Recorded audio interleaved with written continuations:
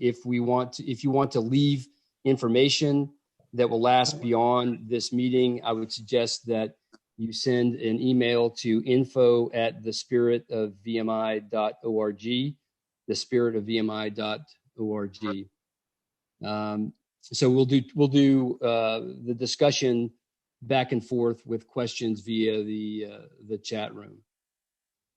When we're done with this evening, we will capture the raw video and we will post it via YouTube and Facebook and on our website as well. So you can go back and take a look at what it is that we talked about if you're interested to do that. You can contact us at info@thespiritofvmi.org, and the website is https://thespiritofvmi.org. Working with us in sort of speaking roles tonight are Tom Greenspan, who is the vice chair of the Spirit of VMI PAC, and Jake Spivey, the secretary of the same.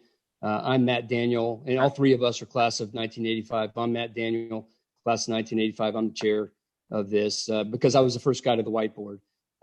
We'll see how that works out for future iterations. Running the comm show tonight is our communications director and chairman.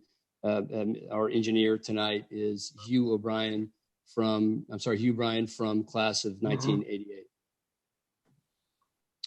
So I'll start off with a little bit of a discussion about what it is we're doing, why we're here, maybe touch on some FAQs.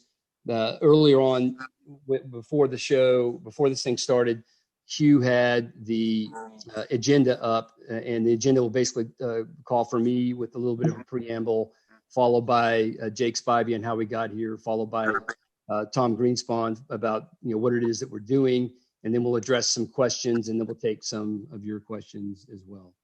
But the first statement here I'd like to say is that everybody should understand that we are strongly opposed to racism or discrimination of any kind. And that's a principle by which we all stand and should play out throughout everything that we do and talk about. So who are we? And you probably can see this or have seen this already on the website. We're a small group of alumni and friends, mostly from the class of 1985, who decided to band together to respond to what we thought was a clear threat, and informed ourselves in the form of a political action committee because we thought that was probably the best way to get things accomplished that you could measure after some time. We consider this a long-term fight may be the wrong word, a long-term engagement with the people that we need to engage with in order to affect the VMI issues that we're trying to grapple with. What are we? We're a legal entity. We are a Virginia 527 political action committee.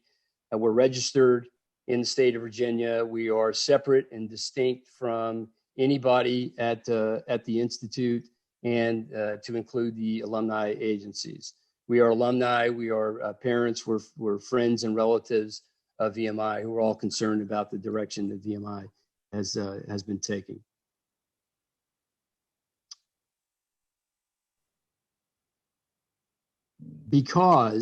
So this is sort of the why we're doing this.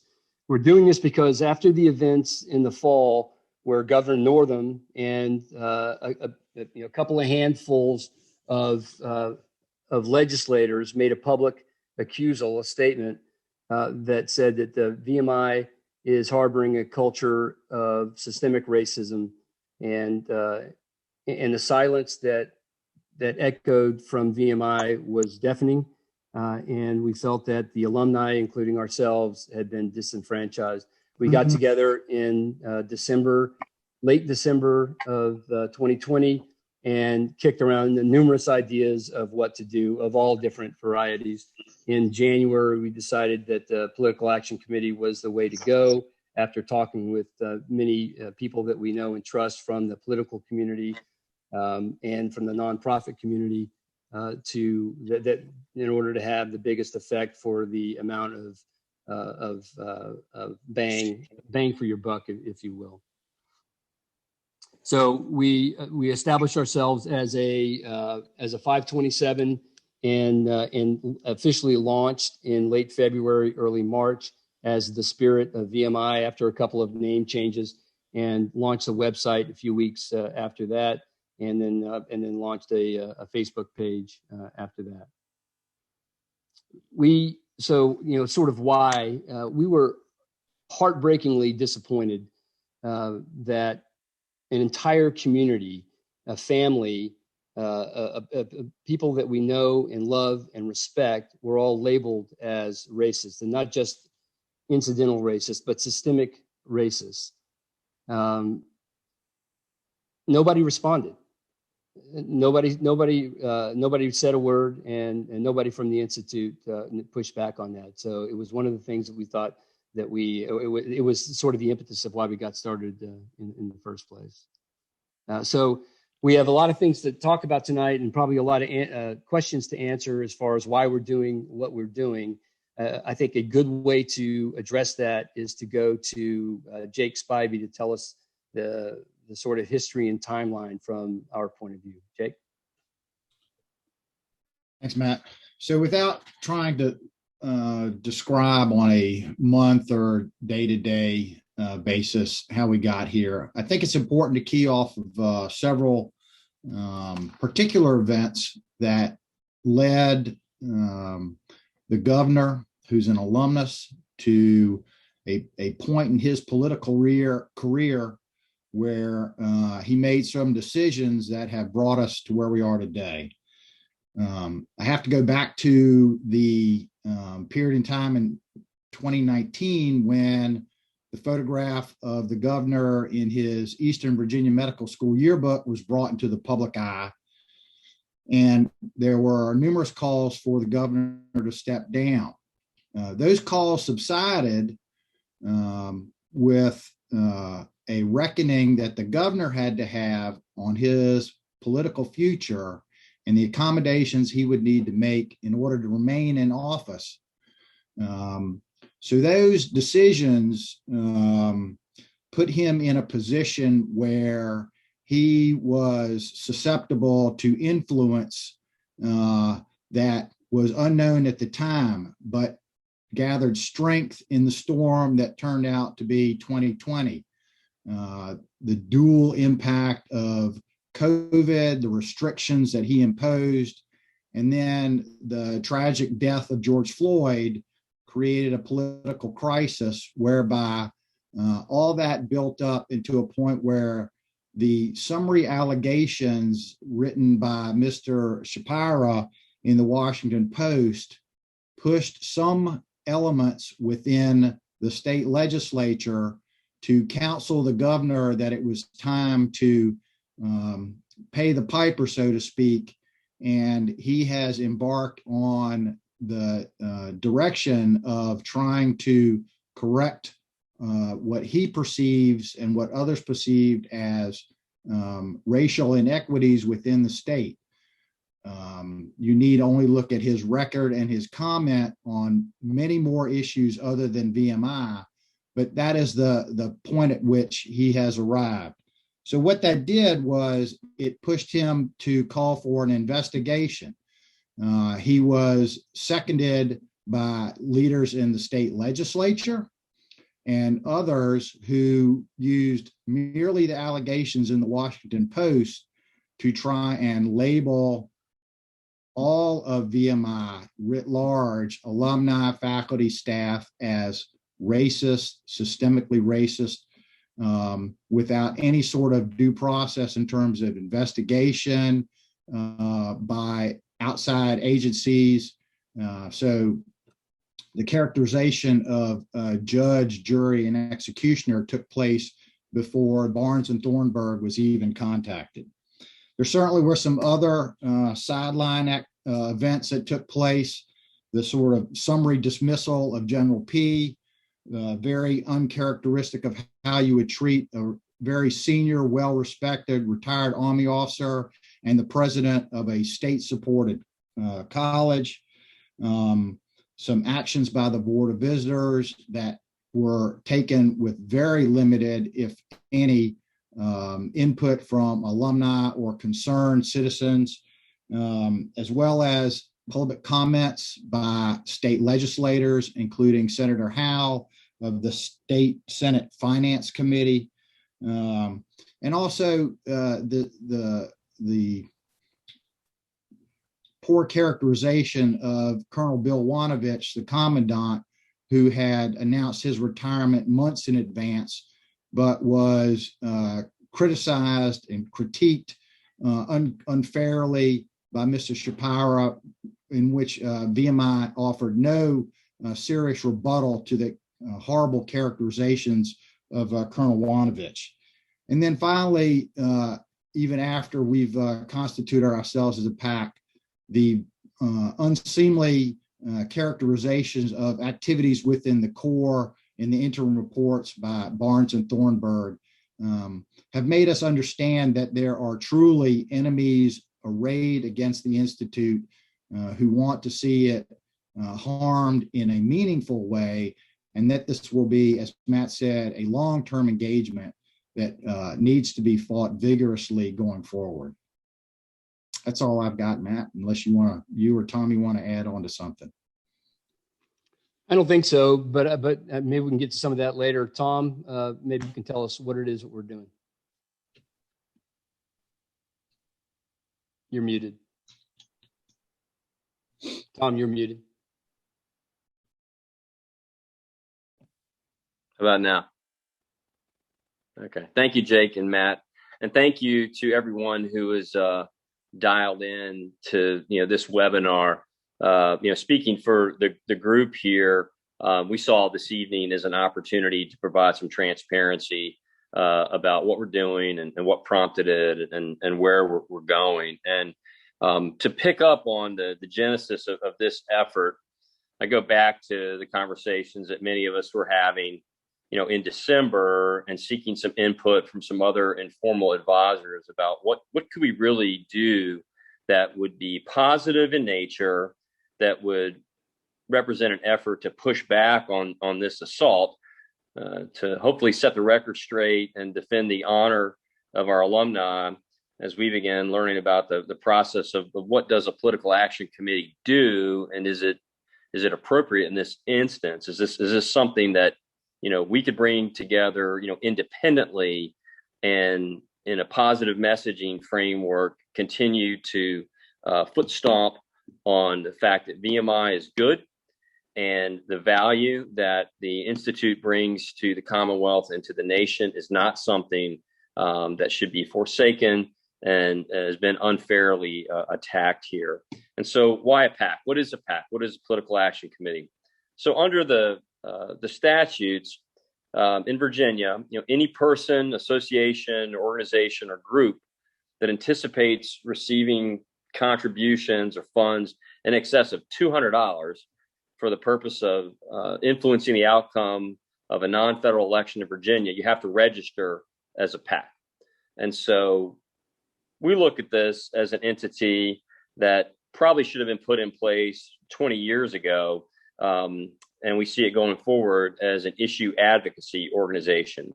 Along the way, in consultation with people that, in their professional lives have a lot more familiarity with the General Assembly and Virginia politics, we've been on a learning journey as well. And one main thing we've learned that maybe has been obvious to others, but it's certainly impacted the situation at VMI, is the landscape of Virginia politics has changed significantly, even within the last 10 to 15 years. And that this landscape change, as Jake alluded to in a few areas, is one of the reasons why we're in the crisis that we're in.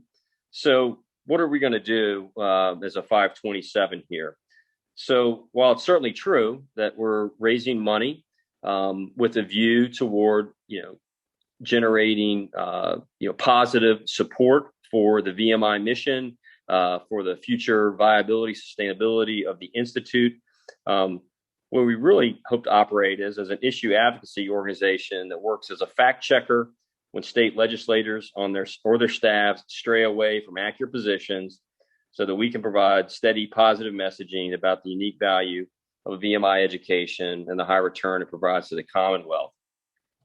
So we intend to use our platform here to educate people, legislators, potential candidates on the value of VMI. We hope to keep the positive aspects of VMI in a positive mindset with them. We'll provide an opportunity for those candidates and incumbents to state their position to our constituency, and we've already begun that. We've been hosting a series of discussions with the Virginia gubernatorial candidates. We'll extend that to all of those candidates. We'll make use of investments in advertising and hosting forums that provide some insights.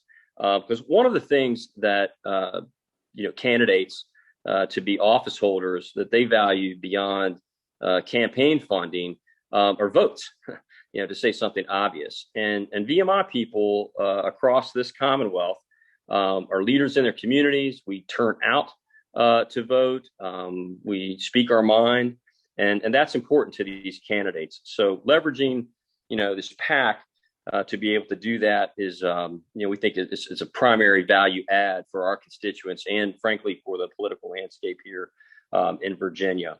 We intend to acknowledge our friends who are vocal supporters of VMI, and to be frank, to minimize the adverse impact of those who are not supporters.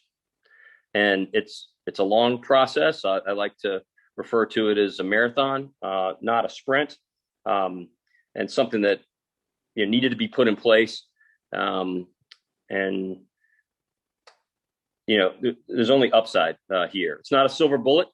I can't promise, no one here can, that some things that we are not in favor of or not crazy about won't be implemented at VMI, but as another lever to pull, in this arena. The establishment of this PAC is something we believe will be positive for the future of VMI. Thanks, Tom. I appreciate that. And I want to remind everybody here that if they want to send questions, to do that via the chat room. We've got some questions already. Got some questions that have come to us personally on the chat and then through email as well. And we'll go ahead and tackle a few of those. In about 10 minutes, we'll go to only outside questions, and then we'll wrap it up at 1:45. So the first question that came across was, you mentioned 5 essential principles on your website, and those 5 essential principles that the VMI PAC uses as issues to support in order to support VMI are the honor system, the educational system, the regimental system, the class system, and the rat line. Of these 5 essential principles, you mentioned the educational system as one of them. What do you mean by that? What kind of effect can you have on that, or what is it you're trying to accomplish there? And I think Tom Greenspan is probably a good guy to answer that. Over. Well, when I think about the education in the broader sense at VMI, although in the admissions arena, the taglines change over time from no ordinary life to more than an education and things like that. I think it's fair to say that individuals pursuing the advantages of a VMI education are attending for the ability to leave the institute with those attributes beyond their academic degree. And so what are those things? I mean, clearly there's character education, accountability, resilience. I've become a huge fan of this expression that, life is 10% what happens to you and 90% how you deal with it. And so that the adversative system, the first year of VMI, living in barracks, dealing with the staff and the rules and regulations, things happen to you. So whatever your degree is in, you get a master's degree in things happening to you during those 4 years. And so that toughness as an attribute is something that, we don't want to see a softening or a weakening of that. Clearly things change from time to time. The other thing is, as an undergraduate institution, challenging academic majors that prepare people for the varied work of civil life. I think VMI has an outstanding mission statement. And sometimes I'm curious is if everyone involved in the education of our cadets, faculty and staff there, want them to remain committed to that mission statement, which includes language such as, preparing people for the varied work of civil life and to be advocates of the American democracy and free enterprise system, ready to defend their nation in time of national peril. These are things that make VMI unique, that appeal to young people and frankly deliver a value there. So when I think about those, those 5 principles and needing to stand strong on those things, that's what makes VMI special. And for those out there that want to see every college operate and look exactly the same, that's not diversity. And we think VMI presents an amazing opportunity for people. I would like to see the data on our success rate with attracting and graduating first generation college students. And I see great opportunity if we can stand fast and develop and strengthen those attributes.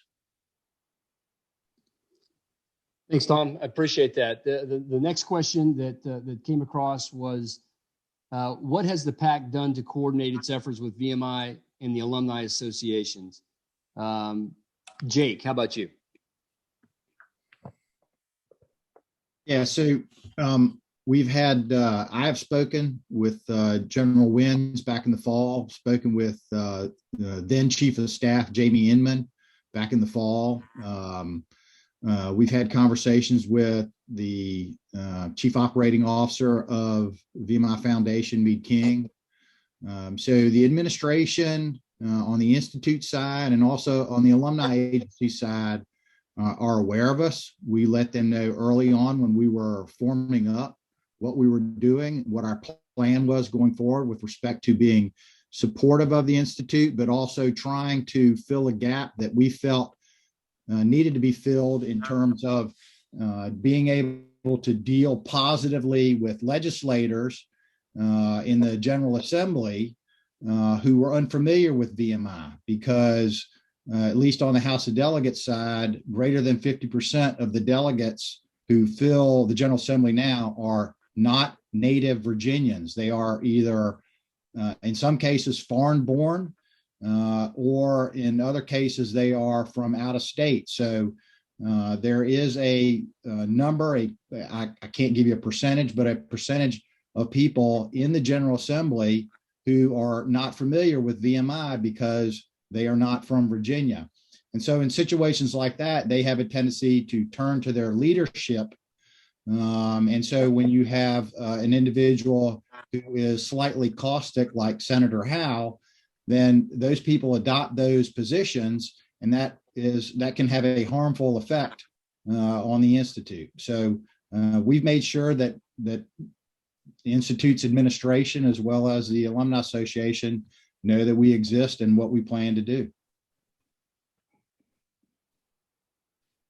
Thank you for that answer, Jake. The next one that we had come in is, has the PAC had any success in reaching out to members of the General Assembly? And I'll just take that one. It's very easy and quick. Yes, on both sides of the aisle, from both sitting congressmen and senators to gubernatorial candidates, we've reached out and had some success in the gubernatorial arena, or at least in the candidates. With the senators, yes, and with the delegates as well. And we continue to reach out to them. So that's kind of our role, and it helps us do our job better in this case, to better understand how it is that they behave and what are their priorities, so that we can better use the resources that we're able to collect to affect those things to help us accomplish the mission for VMI. The next one. Matt, let me add something there. So throughout this discussion process that we undergo with legislators and candidates for office, we're getting an understanding of how they feel, what they know about VMI. So we can use that information to be a resource to the Alumni Association, the agencies, and the Institute going forward. So we welcome a dialogue, an exchange of information, because that's beneficial to all parties who are interested in VMI going forward. Okay, Jake, thanks. Thanks for that. And that's good. It's a two-way street is what you're trying to say, I think. And that's, and Tom had mentioned that too, as well, as sort of softening up both sides so that you understand each other. The first question we ask the gubernatorial candidates is, have you been to VMI? Have you been on post? And that's important for them to better understand and contextualize what's going on and what they have heard. The next question is, what are the PAC's long or short and long-term goals? And I'll answer the first one with probably a follow-on by these guys, but we want to continue with our momentum to raise funds. We have sort of in a two-path business idea, or three really: intake, process, and then exhaust. And so we're working on the intake bit, so collecting donations as much as we can. Spoken from two naval aviation guys, probably Tom Greenspan's the one who came up with that as a naval aviator. But work on the intake so that we can have an effect using our exhaust. And so we're continually working on the things that we need to do to work on intake and understand exhaust better, and to sort of set short-term goals so that we can understand what kind of effect we can have. I know that Jake or Tom want to talk about this too, so I'll stop at the short term. Yeah, thank you, Matt. If I could add to that, in terms of the short term, I mean, we're still a startup organization, and so in any sort of a kind of startup environment, there's typically a crawl, walk, run, framework to getting going, and we're all volunteers. I mean, no one is getting paid on this. We have a modest amount of overhead expenses for the registration and the process, the fundraising system and to develop reports. I mentioned, operating as an issue advocacy, organization. So being able to host these forums, I would anticipate at some time we might produce a legislative scorecard, to the extent that we can get a solid read on where the members of the General Assembly stand on VMI and VMI related to issues. So there's some expenditures there, but to be viable, we'll need to grow to be able to, ultimately accomplish the mission in terms of acknowledging our supporters and fact checking and giving pushback to those who we wouldn't consider being strong advocates for VMI and our mission. So that's short term. Long term is, to be, that positive voice out there, helping to shape the landscape, shape the battlefield for VMI to be successful in the legislative arena. All right, Jake, you got any more to add on that? No. Okay, well said. We've had a couple of questions come in online here.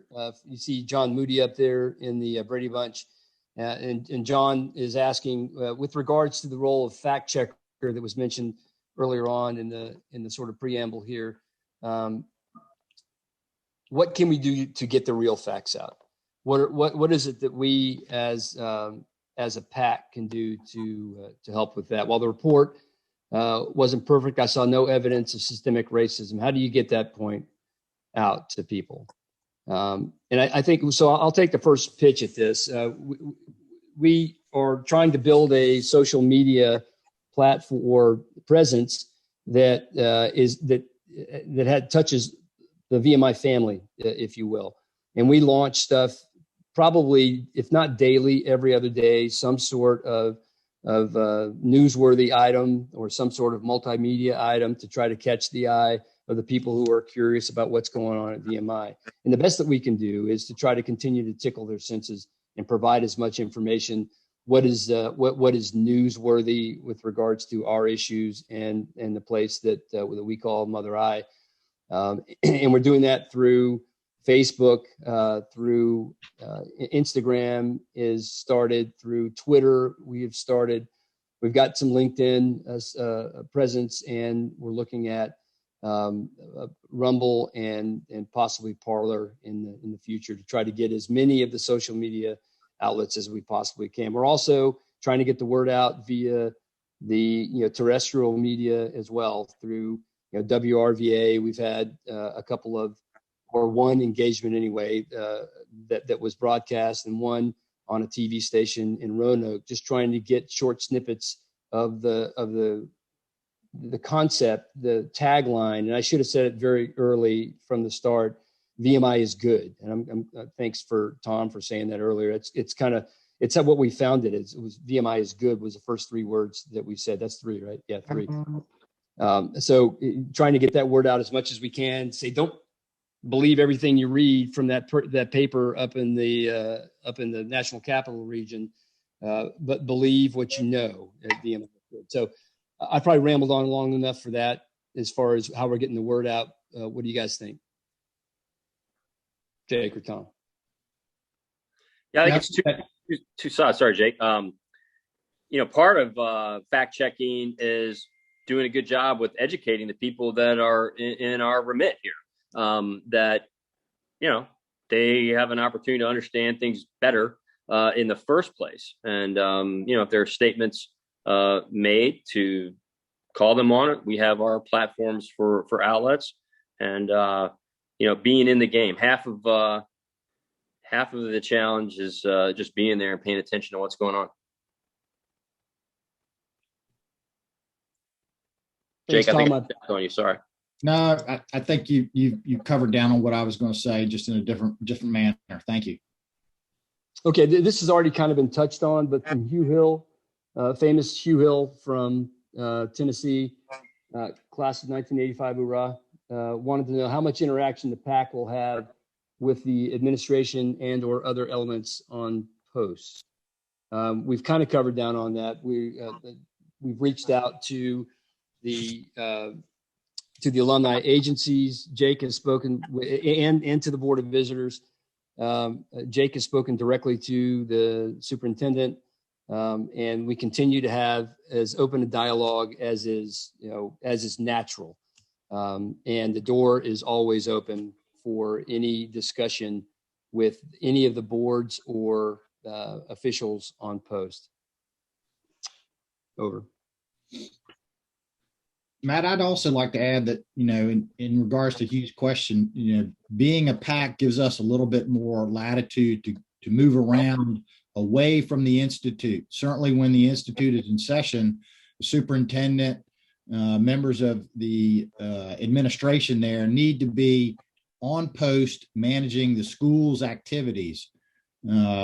Although we as a PAC are comprised of both in-state and out-of-state residents, some of us are retired and have a little bit more time on their hands than others, but we've got the ability to engage with the state legislators when they're not in Richmond within their own district. So something of a bit of a Benny right there, that we're not confined to Lexington per se.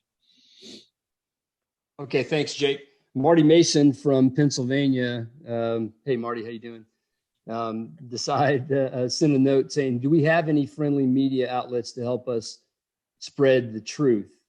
So WRVA, the John Reed Show is, I wouldn't say that he is necessarily our supporter, but I think he's a supporter of truth and fairness, and has taken ours. And I don't know if you had an opportunity to hear Class of 76 Honor Court President Carmen Villani talk about the assault on the honor system and on VMI in a couple of weeks ago on a Friday. I forget the actual date, the 24th maybe or something like that of March.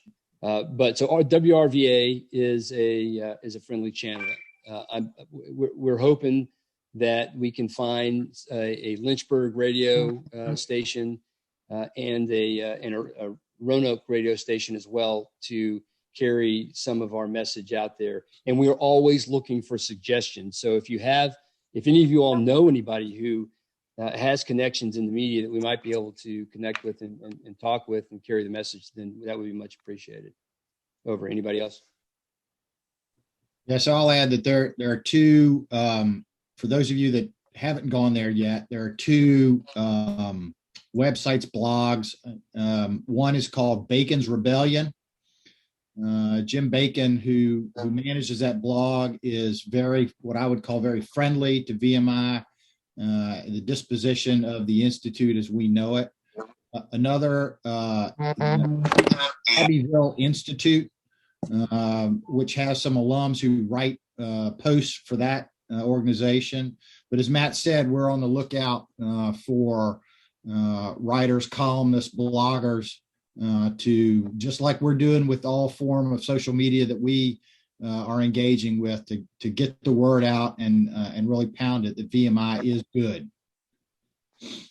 We also got a note from a candidate, from a delegate candidate from Rockbridge County, from Mark Reed. And so if you don't have your chat window up, it's just something to consider and read for those people who might be helping decide who represents Rockbridge County. Not a question, but a statement here. I'm a candidate for delegate in the Virginia's 24th, which includes Lexington. I'm also a veteran and host for RATS in affiliation, and he stands ready to help VMI fight the fight, or help us to do the same. So that's Mark Reed as a participant who's interested enough to tune in tonight and listen to what it is we're saying. Mr. Jim Kanoy, if I pronounced that, sir, I'm not sure that I pronounced it correctly. VMI is a large supplier of leadership to our armed forces. Will there be an attempt to engage either them or other elements of the federal government? And I'll just answer first. This is for us. Our target is trying to help VMI issues, specifically VMI issues within the legislature of Virginia. We're going to measure our success rate on that. Not to say that we can't have a larger effect across the nation, but what we're trying to do is protect VMI, the things that we think need to stand at VMI, and try not to let VMI put up with the nonsense that it has in recent past.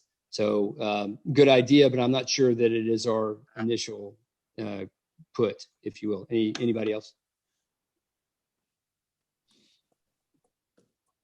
Rob McIntyre writes, what exactly is the mission statement? So the VMI mission statement's up on the website. I couldn't tell you exactly what it is. Tom, you might have written it down since you talked about it, but I'm not sure exactly what it is. But I'll stop talking. Go ahead, Tom. Yeah, I mean, if Rob's asking about the VMI mission statement, that's one of the, I think, of course, I'm a little biased here. I think it's one of the strongest, academic institution statements of purpose that I've seen. And, this goes like this. The Virginia Military Institute believes that the measure of a college lies in the quality and performance of its graduates and their contributions to society. Therefore, it is the mission of Virginia Military Institute to produce educated, honorable men and women prepared for the varied work of civil life, imbued with a love of learning, confident in the functions and attitudes of leadership, possessing a high sense of public service, advocates of the American democracy and free enterprise system, and ready as citizen soldiers to defend their country in time of national peril. And this whole concept of the citizen soldier, I think it's just a bedrock, uniquely American virtue and attribute, and in my mind makes VMI clearly stand alone amongst the other colleges and universities in Virginia, but even different than the federal service academies or other schools that sometimes we're compared to. And, having, the entire community rowing in that boat to meet that mission is critical.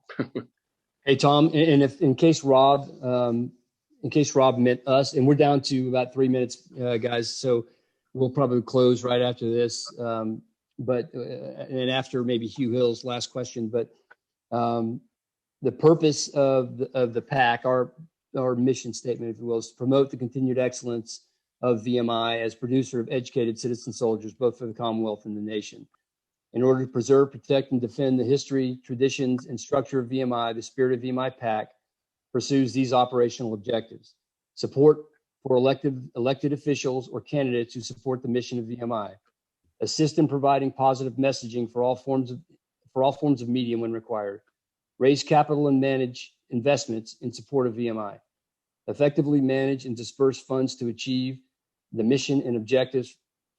From time to time, work with objectives or PACs that have similar objectives. Work with organizations or PACs that have similar objectives, and educate the public about VMI and its history. And that's from our bylaws. So so you got both mission statements. You got 2 for 1. You got a 2 for there. I'd like to give a shout out to our brother rat, Quentin Elliott, who did yeoman service in pulling together those bylaws. So thank you, Quentin. Yeah, we got a really strong, dedicated team who we meet every week for at least an hour to sometimes as long as 2 hours to discuss all this stuff. And there's no compensation that goes anywhere other than the only compensation is we know that we're doing something that we can. We got a tidal wave going against us in the nation, and we think that maybe we can buoy up, this small institute in the Shenandoah Valley that has a graduating or has a student body of anywhere between 15 and 1,700, and does amazing, wonderful things with the value proposition not offered by any institution in the nation, and that we are putting up with this lazy approach to accusations of things that we know that are not true. VMI is not perfect, but we know that the accusations that are plaguing us right now are not true, and it's lazy journalism, and it's lazy accusations as well. So the last question was from Hugh Hill again, asking what it is that we can do to help the PAC go forward. I mean, there's always donations, and so that goes really without saying, but I said it anyway. The last thing is to spread the word as much as you can. If you believe in what it is that we're doing, if you think we should do things a little bit different, we take suggestions. We'd love to hear from you. We'd love to know that you're connected with us, and we'd love to be able to discuss our goals and objectives with you. That puts us at 7:45. I said you could set your watch by it. So we will close right now. Thank you very much for your time, and look for this posted up on the website, on Facebook, and on YouTube as well. Thank you very much.